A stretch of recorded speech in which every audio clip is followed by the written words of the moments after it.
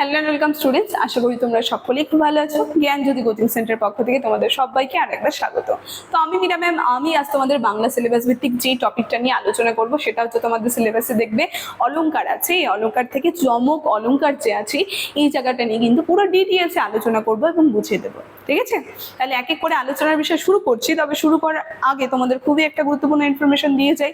তোমরা যা যা ভাবছো এই সেমিস্টারে আমাদের সঙ্গে অনলাইন ক্লাস বা নোটসের জন্য যোগাযোগ করবে, তাদেরকে বলে দিই বোর্ডের কর্নারে দেখো দুটি নাম্বার দেওয়া আছে।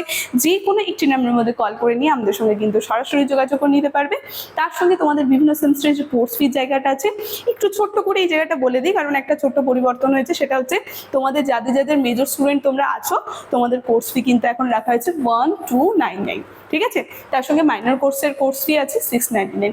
এই তোমাদের কোর্স ফি আর আমাদের কোর্সে অ্যাডমিশন নিলে তোমরা যে যে সুযোগ সুবিধা পাবে সম্পূর্ণ ইনফরমেশন কিন্তু স্ক্রিনে দেওয়া আছে, আমি আলাদা করে বলছি না। তাহলে একেবারে সরাসরি আলোচনার বিষয় চলে যাচ্ছি, ঠিক আছে? প্রথমে বলেছি আজকে কিন্তু যমক অলংকার যে আছে, যমক অলংকার নিয়ে কিন্তু ক্লাসে আমি তোমাদের সঙ্গে আলোচনা করব। সবার প্রথমে যমক অলংকারের সংজ্ঞায় চলে যাচ্ছি। কি বলছে? একই শব্দ একই স্বরধ্বনি সমেত একই ক্রমে ভিন্ন ভিন্ন অর্থে একাধিকবার ব্যবহারের ফলে যে অলংকার সৃষ্টি হয় তার নাম হচ্ছে যমক অলংকার। খুব সুন্দরভাবে একটা সংজ্ঞা কিন্তু দিয়ে দিয়েছে। এক লাইনে যদি আমি তোমাদেরকে বোঝাই এই যমক অলংকার কাকে বলে। যমক অলংকার মানে একই শব্দ থাকছে কিন্তু তার ভিন্ন ভিন্ন অর্থ প্রয়োগ হচ্ছে, তখন সেটাকে আমরা কি বলবো? যমক অলংকার বলবো। এই এক কথায় চলে গেল সংজ্ঞাটা।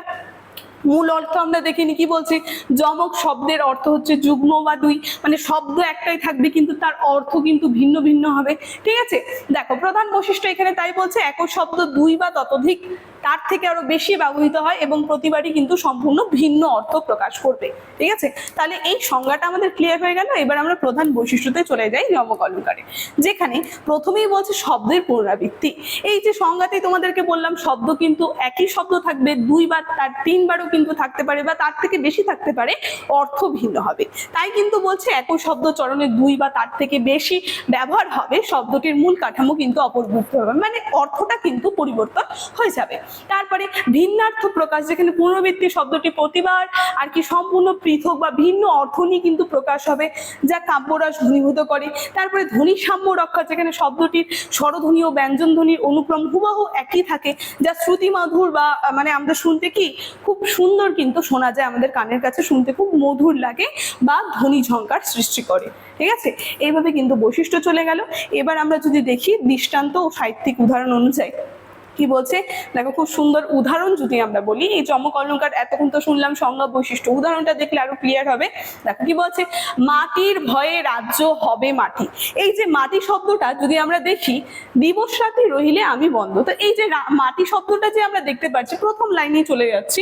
এই মাটি শব্দ দেখো কি বলছে, মাটির ভয়ে রাজ্য হবে মাটি। মাটি কিন্তু একই শব্দ কিন্তু দুবার ব্যবহার হলো, মাটির ভয়ে রাজ্য হবে মাটি। তো প্রথমে যে মাটিটা ছিল, ওই প্রথমের মাটি বলতে ধুলা যে আছে, মৃত্তিকা শব্দ, এটার অর্থ ব্যবহার হয়েছে, মানে যে আর কি ধুলা থাকে আমরা কিন্তু তাকে মাটি বলি। তো তাই বলছে প্রথম কিন্তু এটা চলে গেল। এবার দ্বিতীয় মাটিটা যে আছে, সেই মাটির অর্থ কিন্তু বিনষ্ট বলতে বুঝিয়েছে, মানে সেই মাটির ভয়ে রাজ্য কি হয়ে যাবে? বিনষ্ট হয়ে যাবে, বলতে মাটি হয়ে যাবে। এইভাবে শব্দ কিন্তু একই থাকবে কিন্তু তার অর্থ কিন্তু ভিন্ন ভিন্ন প্রকাশ হবে, ঠিক আছে? এইটাই কিন্তু যমক অলংকারের উদাহরণে চলে যাচ্ছে। এইবার আমরা যমক অলংকারের উদাহরণ যদি দেখি, সবার প্রথমে চলে যাচ্ছে আদ্য যমকের চারটা ভাগে বিভক্ত আছে, ঠিক আছে? আদ্য, মধ্য, তারপরে আছে কি অন্ত আর সর্বযমক, ঠিক আছে? এক এক করে যদি তোমাদের বলি, আদ্য যমকে সুন্দরভাবে এখানে সংজ্ঞা উদাহরণ দেওয়া আছে, আমি খালি তোমাদেরকে শুধু বুঝিয়ে দিচ্ছি। আদ্য যমকে যেখানে আমরা দেখব যমকটা যে আছে সবার প্রথমেই কিন্তু সেটা থাকবে, যমক শব্দটা। দেখো তাই বলছে যে যে যমক অলংকারে যমক শব্দ চরণের শুরুতে থাকে বলতে আদি ভাগে অবস্থান করে, সেটাকে আমরা বলবো আদ্য যমক, মানে সবার প্রথমে বাক্যের শুরুতেই কিন্তু আমরা মিল পাবো। যেমন এখানে কি বলছে, ঘন ঘনাকারে, এই যে ঘন ঘনাকারে একই থাকছে কিন্তু বাক্যের শুরুতে, ঠিক যেটা বললাম বাক্যের শুরুতে কিন্তু থাকবে। তাই বলছে চরণের শুরুতেই ঘন শব্দটি যে আছে পুনরাবৃত্ত যমক কিন্তু প্রয়োগ হচ্ছে। তারপরে মধ্য যমক, নামটা শুনে আমরা বুঝতে পারছি মাঝখানে, মধ্যেখানে কিন্তু সেই যমকটা হবে, ঠিক তাই কিন্তু বলছে যে যমক অলংকারে যমকগুলি চরণের মাঝখানে বা অন্তর্বর্তী স্থানে থাকে, তখন তাকে আমরা মধ্য যমক বলি। যেমন দেখো এখানে যদি আমরা দেখি যে কাটে কাটে, ঠিক আছে? নামজাদা লেখকদের বই বাজারে কাটে কাটে বেশি পোকা, ঠিক আছে? কিন্তু মাঝখানে থাকবে। এবার অন্ত বলতে আমরা বুঝতেই পারছি চরণের শেষে থাকবে, খুব সুন্দরভাবে সংজ্ঞা দিয়ে দিয়েছে। উদাহরণটা আমি বলে দিচ্ছি, দেখো দেহ আর দেহ দুইটা আনি আছি, যদি না দেহ নিশ্চয়ই আমি তেজিবই দেহ। ঠিক আছে, খুব সুন্দরভাবে কিন্তু বলে দিয়েছে। ঠিক আছে, প্রথম দেহটা বলতে প্রদান করা বুঝিয়েছে, আর দ্বিতীয় দেহটা আছে আর সেই দেহ বলতে শরীর বা তনুকে কিন্তু বুঝিয়েছে। ঠিক আছে, তারপর সর্বচমক, যেখানে পুরোটাই কিন্তু মিল থাকবে, সংজ্ঞাতে ঠিক তাই বলেছে, দেখে নাও তোমরা। আমি খালি উদাহরণটা বলে দিচ্ছি, কান্তার আমোদপূর্ণ কান্ত সহকারে, কান্তার আমোদপূর্ণ কান্ত সহকারে। তো আমরা দেখতে পাচ্ছি দুটি চরণ একই আছে, কিন্তু এর ভিন্ন ভিন্ন কিন্তু অর্থ আছে। ঠিক আছে, এইভাবে কিন্তু সুন্দরভাবে এই যমক অলংকারের সংজ্ঞা, উদাহরণ, বৈশিষ্ট্য নিয়ে আজকে ক্লাসের আলোচনা আমার এতটাই ছিল। আলোচনার বিষয় এখানে শেষ করছি, তবে শেষ করার আগে তোমাদেরকে আরেকটা ইনফরমেশন দিয়ে যাই।